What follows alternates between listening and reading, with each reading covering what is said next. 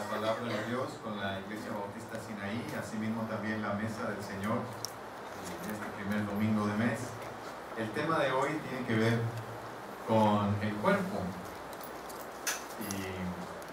y es casi la última parte del credo cristiano que comenzamos a meditar hace ya tiempo, cuando dijimos creo en Dios Padre Todopoderoso, y ahora estamos llegando al final, que es creo en la resurrección del cuerpo. Nos falta todavía la vida eterna y amén. Entonces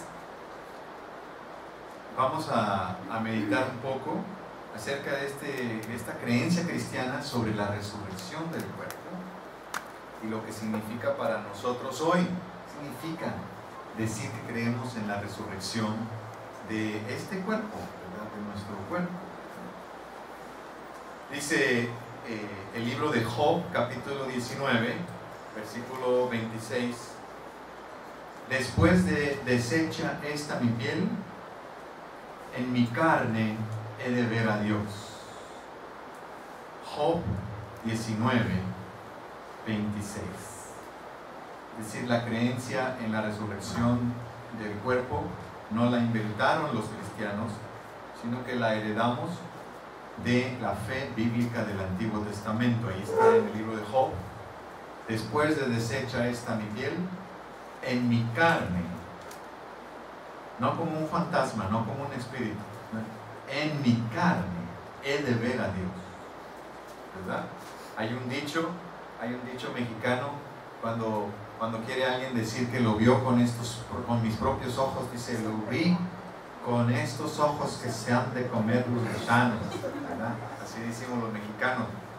Pero hay que añadirle una segunda parte a ese dicho, que es: lo vi con estos ojos que se han de comer los gusanos y que han de resucitar en el día final, ¿verdad? Ahí completamos ya bien el dicho. Y cuando resucitarán sin astigmatismo, sin miopía, sin cataratas, sin corrupción, sin ceguera. Se resucitarán unos ojos capaces de mirar todo bien, ¿verdad? Más que bien. Después de deshecha esta mi piel, en mi carne he de ver a Dios. La cuestión de la vida después de la muerte es un asunto que ha estado presente en todas las culturas. Todas las culturas humanas han demostrado esta curiosidad. Yo creo que es un rasgo humano. El ser humano es diferente a las especies animales porque el ser humano se preocupa, se pregunta ¿qué pasa después de la muerte? Y se ocupa de eso, hace ceremonias. En todas las culturas humanas existe esta inquietud, este saber que hay algo más que solamente la vida presente. Así pues, es una pregunta muy humana. En el siglo XV, aquí en estas tierras mexicanas, ¿verdad?, hubo un rey poeta en el reino de Texcoco. Él se llamó Netzahualcóyotl. Y este rey escribía muchos poemas. Nos han llegado hasta el día de hoy poemas preciosos de Netzahualcóyotl, que les recomiendo que busquen en internet, vean los poemas de Netzahualcóyotl, de gran belleza y de gran profundidad en sus reflexiones. Él meditaba sobre lo breve que es nuestra vida sobre la tierra y lo representó así, de esta manera, en un poema muy famoso que se llama Yo Netzahualcóyotl me pregunto. Y va así: yo Netzahualcóyotl me pregunto, ¿acaso de veras se vive con raíz sobre la tierra? No para siempre en la tierra, solo un poco aquí. Aunque sea de jade, se quiebra. Aunque sea de oro, se rompe. Aunque sea plumaje de quetzal, se desgarra. No para siempre en la tierra, solo un poco aquí. Y de algún rincón de su propio corazón, por esa gran intuición que tenía Nezahualcóyotl, él podía sacar la respuesta para afirmar que más allá de la muerte hay algo.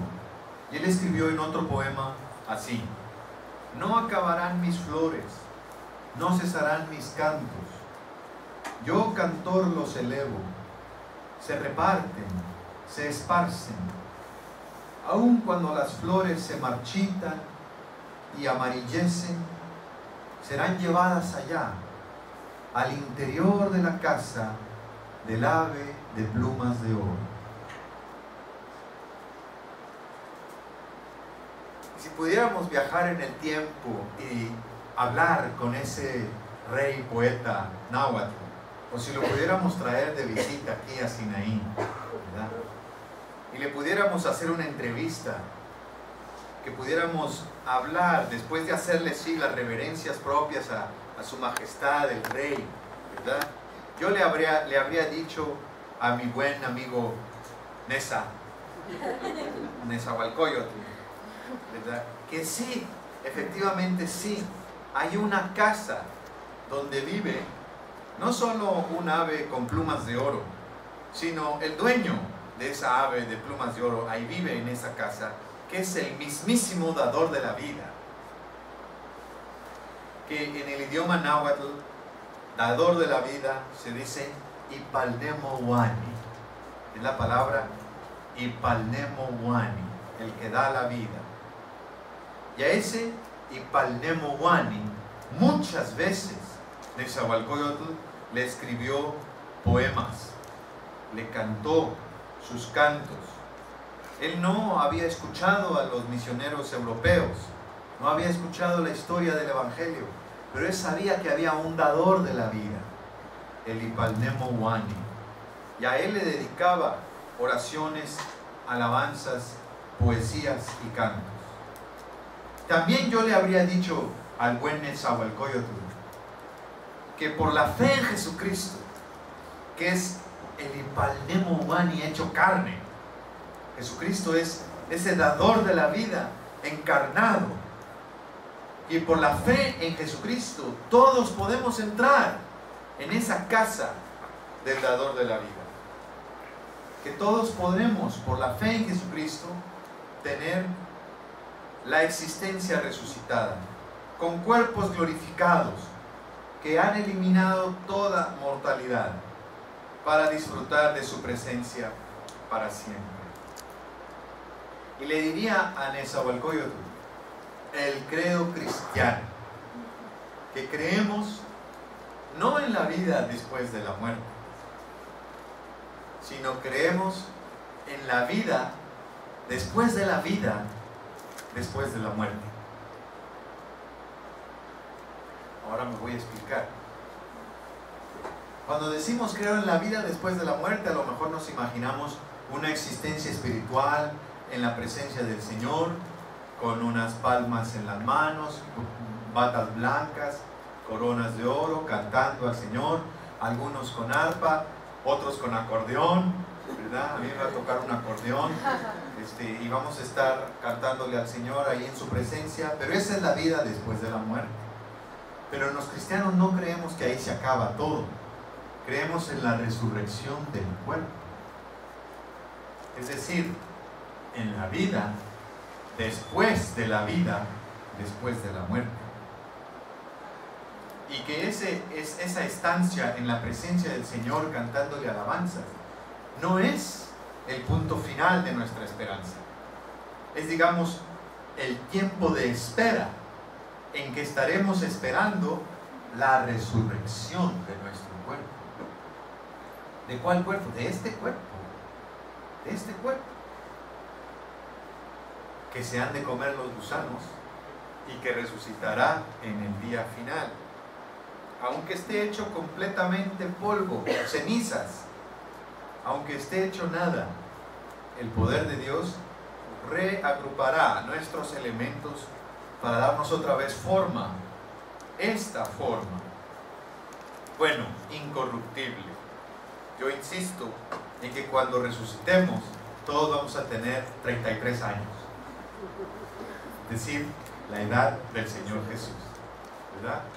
Y nadie con ninguna reuma, ni con ninguna afectación, ningún cáncer, ninguna lepra, nada. Un cuerpo que va a poder hacer un salto triple mortal para atrás y poder, disfrutar plenamente la nueva creación. En la antigüedad clásica, allá en el tiempo de los griegos, la idea de la resurrección del cuerpo no le gustaba a la gente. A los griegos no les gustaba. Ellos, los muy filósofos, los muy intelectuales, pensaban que el cuerpo era como una maldición. Ellos pensaban que era una tragedia que le había sucedido al alma. El alma que estaba ya en el cielo de una manera perfecta, por algún pecado que cometió, se distrajo y vino a caer, vino a tropezar a este cuerpo. O sea, los griegos pensaban que el cuerpo era un accidente, una tragedia, un descalabro, ¿verdad?, del alma. Cuando Pablo llegó a Atenas, la capital griega, y predicó el Evangelio de Jesucristo, habló de un varón, Jesús, por quien serán juzgadas todas las naciones. Habló del justo, a quien Dios resucitó de los muertos. Y en ese momento que dijo que Dios resucitó a Jesús de los muertos, todos perdieron, casi todos perdieron la atención. Casi todos se retiraron burlándose de Pablo, diciendo: ya te oiremos acerca de esa tontería en alguna otra ocasión. Porque para ellos, para los griegos, el cuerpo era algo malo, era una tragedia que le había ocurrido al alma. ¿Quién sabe? A lo mejor sí, a ellos les había tocado, como a todos, ¿verdad?, sufrir con este cuerpo que a veces duele, que a veces se enferma, que a veces se tuerce, y ahí estamos con una torcedura que no podemos voltear a un lado, ¿verdad? Ese es el cuerpo que nos toca. Sufre infecciones, huele mal, pesa, se cansa, tiene hambre y sed. Entonces es como una carga. Es difícil ver al cuerpo como una bendición cuando no somos ni Brad Pitt ni Jennifer López, ¿verdad? Es difícil sentir que el cuerpo va a resucitar y podemos decir: ¿pero para qué? Mejor ya, que sea despojo, ya que vivamos nada más con la pura alma, con el puro espíritu tocando el arpa celestial o el acordeón. ¿Para qué regresar a estas lonjas, a estas estrías, a estas canas, ¿verdad? Ya no las queremos. Así pensaban los griegos. Consideraban una gran contradicción eso de que Dios haya vuelto a Jesús otra vez a vivir esta realidad física. Para ellos decían: no, ahí no cuadra el evangelio cristiano. Muy bien, está Jesús como maestro de sabiduría celestial y muy bien, murió y todo, pero pensar que volvió a vivir, que volvió a decirles a los discípulos: miren mis manos, miren, pongan sus dedos, miren mi costado, aquí soy yo, no soy un fantasma. Es más, ¿tienen algo de comer? Denme de comer para que sepan que no soy un espíritu, soy yo. Y le dieron un pedazo de pescado y un pedazo de panal, de miel, para masticar. Y Jesús masticó ese panal de miel, se comió esa comida. No era un fantasma, Él había resucitado de manera física, claro, incorruptible y glorioso, pero había vuelto a vivir en su cuerpo. Y quiero decir, qué triste que entre nosotros todavía vive esa manera de pensar. Ha sobrevivido esa forma de pensar sobre el cuerpo hasta nuestros días. Mucha gente, incluyendo muchos cristianos, no le ponen atención a su cuerpo. Piensan que los asuntos que tengan que ver con su cuerpo son de menor importancia. son, bueno, el cuerpo lo sentimos como un despojo, ¿verdad? Sentimos que los asuntos que tengan que ver con nuestra existencia física son de menor valor y sobrevaloramos los aspectos intelectuales o espirituales por encima de aspectos materiales de nuestra vida, de nuestra misión. El jueves, por andar viendo para atrás y caminando, que no se debe de hacer, no se debe de caminar mirando para atrás, ¿verdad? Por eso Dios nos puso a los ojos en la parte de adelante de la cara. Los ojos no están acá atrás, están adelante, para que podamos mirar a dónde vamos.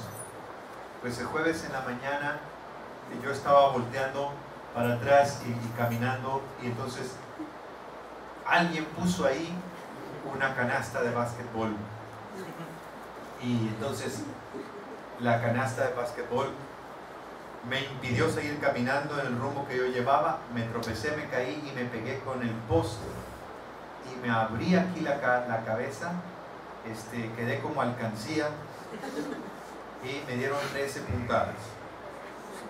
Salió mucha sangre y bueno, la verdad, no sé por qué, cuando le comenté a mi esposa estaba en su trabajo, ¿verdad? Le escribí un mensajito. Dice ella que comenzó a sentirse mal y comenzó a tener ganas de vomitar, y alguien le tuvo que traer un chocolatito porque se empezó a sentir como mareada. Pero ¿por qué tanto escándalo?, decía yo. Si no fue nada, ¿verdad? Mírenme, aquí estoy. ¿Qué pasa? Que para mí ese gran golpanazo que me di no era tan importante. Era nada más cuestión de no manchar la camisa blanca que traía yo puesta ese día, porque entonces comencé a hacerle así, alargando el cuello para que ninguna gota de sangre me cayera en la corbata, en el saco y en la camisa blanca que traía, y lo logré. La camisa quedó intacta, al saco sí le cayó un par de gotitas, lo voy a tener que llevar a la tintorería. Pero para mí me preocupaba más la camisa, es decir, lo que estoy diciendo no era algo tan importante, no era algo tan serio. Para mí fue como algo de muy poco valor, cuando en realidad, bueno, la persona con la que estoy casado lo sintió como algo muy importante, muy serio. Casi se desmayó la pobre, ¿verdad? Es decir, tenemos prioridades equivocadas. Ponemos como prioridad, ¿verdad?, lo inmaterial, lo espiritual, entre comillas, y esto físico, esto corporal nuestro, lo dejamos como en segundo plano, y eso está mal, porque no tenemos otro cuerpo más que este, y hay que cuidarlo. Y dice el pacto de los embajadores del rey: prometo guardar mi cuerpo limpio para poder ser más útil. Es decir, con el cuerpo es la única forma que podemos servir. Entonces tenemos que valorar a nuestro cuerpo, porque es el instrumento que Dios nos dio para servir, para poder ser más útiles.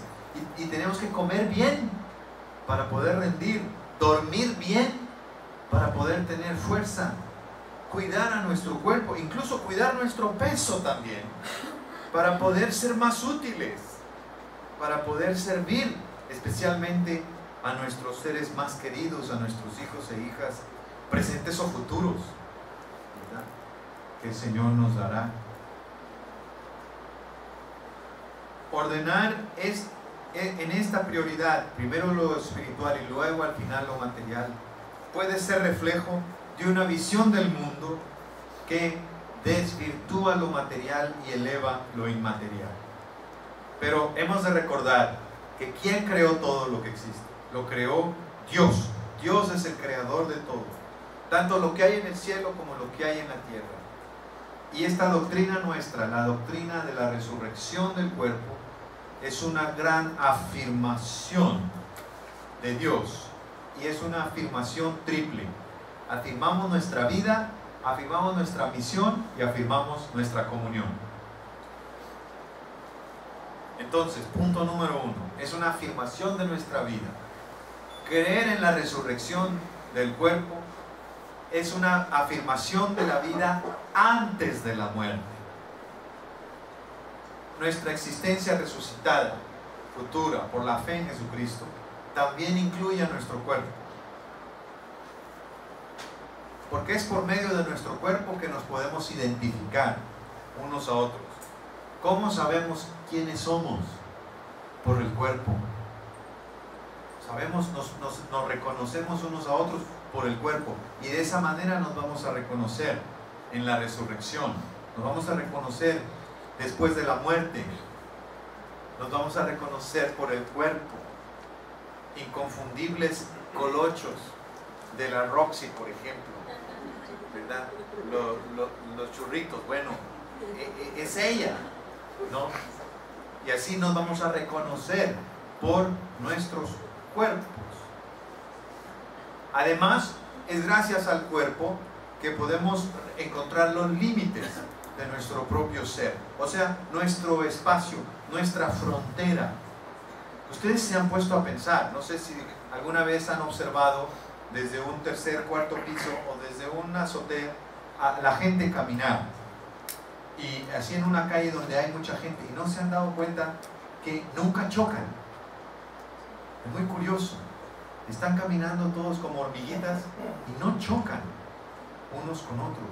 Como que hay algo, hay como una burbuja, un espacio magnético, ¿verdad? Que no permite que unos con otros choquemos a la hora de caminar. Eso es decir, nuestro cuerpo nos sirve para identificar nuestra frontera, nuestros límites, hasta dónde llegamos. Identidad individual, limitación y finalmente humildad, porque también los límites nos dicen lo que no podemos lograr. Así pues, tener un cuerpo nos recuerda estas valiosas cosas: quiénes somos, o sea, identidad, hasta dónde llegamos y lo que no podemos lograr, humildad. Nos recuerda nuestra pequeñez, tener un cuerpo, ser un cuerpo. Pero la doctrina de la resurrección de nuestro cuerpo valora los breves momentos que pasamos en esta tierra. En algunos casos, muchos años, algunos llegan a vivir hasta más de 100 años. En algunos otros casos, unos cuantos días. Tenemos unos amigos queridos que les avisaron desde que ella estaba embarazada que su bebé no iba a vivir más que unas cuantas horas, y los doctores le recomendaban el aborto. Esto es en Estados Unidos.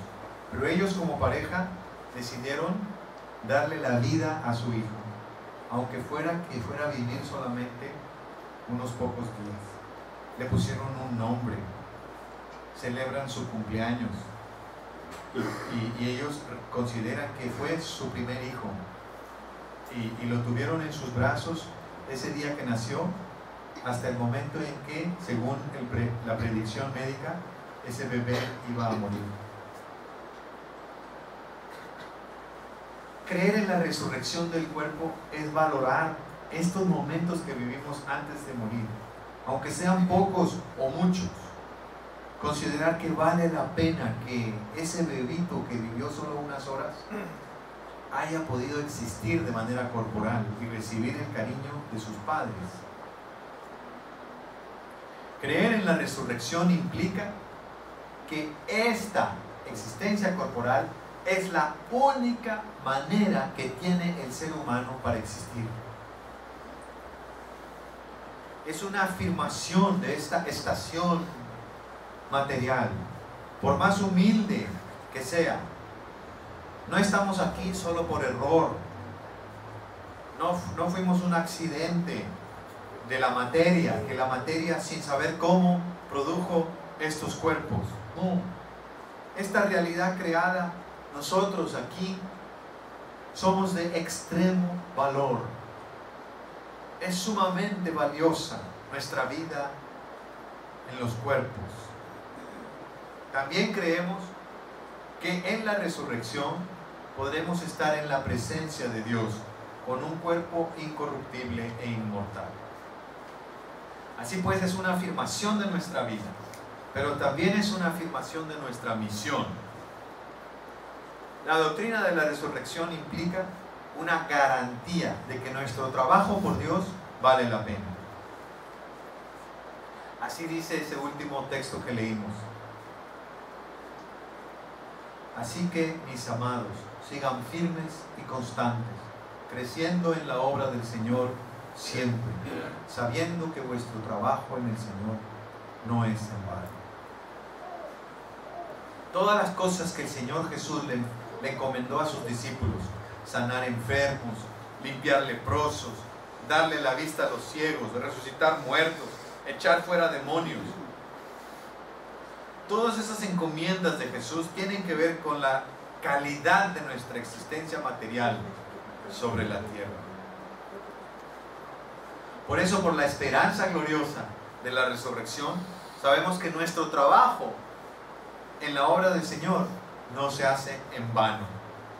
Cuando luchamos a favor de la vida en la tierra, luchamos por aquello que permanecerá de manera glorificada para siempre. Por eso vale la pena dar un pedazo de pan al hambriento. Vale la pena dar un vaso de agua fresca al que tiene sed. Vale la pena darle las buenas noticias del Evangelio. Dios desea darle vida eterna y resucitada a todo aquel que crea en su Hijo Jesucristo. Así que, mis amados, sigan firmes y constantes, porque por la resurrección creemos que todo lo que se haga por el Señor permanecerá. Y de hecho, solo lo que se haga por el Señor permanecerá.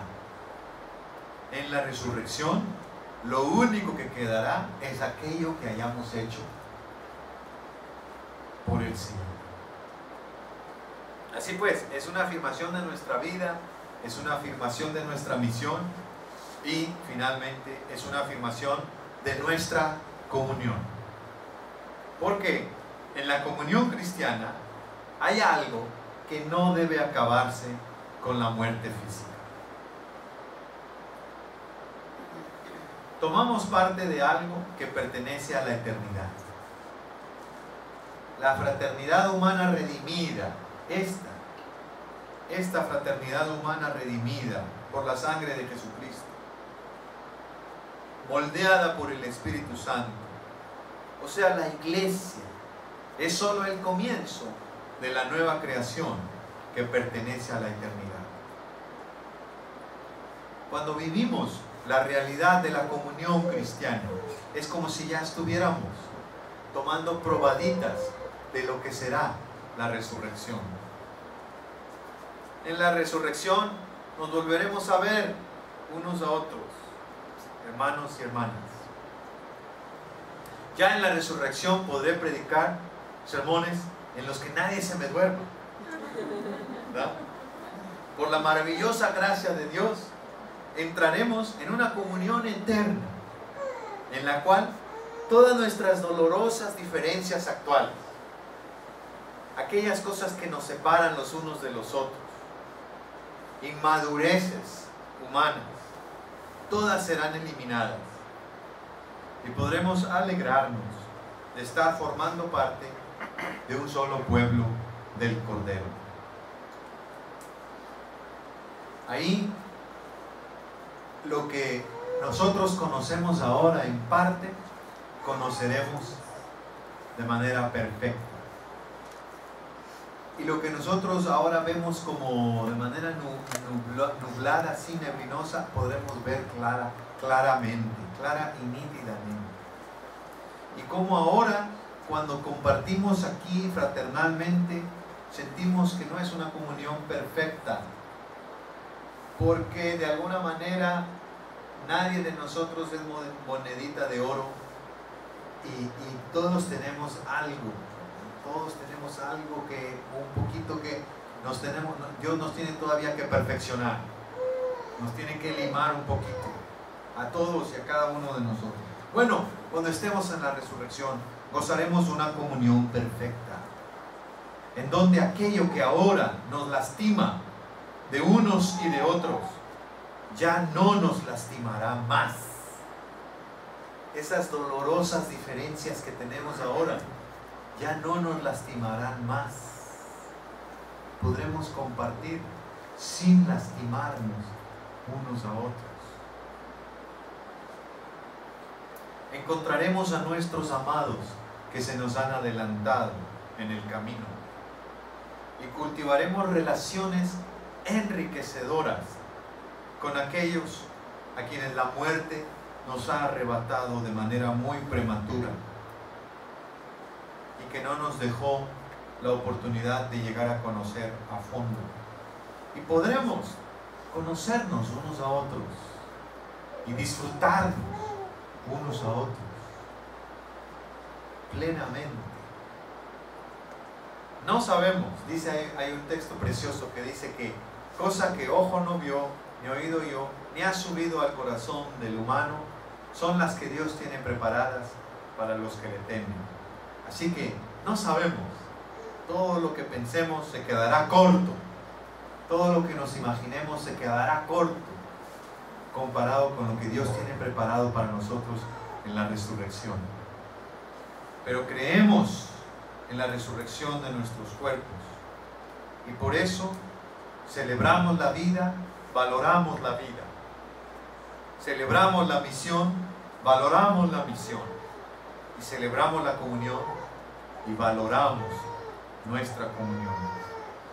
Que esta creencia y que esta esperanza en la resurrección entonces nos haga valorar más nuestra vida, nuestra misión y nuestra comunión aquí sobre la tierra. Porque un día a toda muerte y dolor las destruirá Cristo con su amor y nos unirá para siempre en su paz. Amén.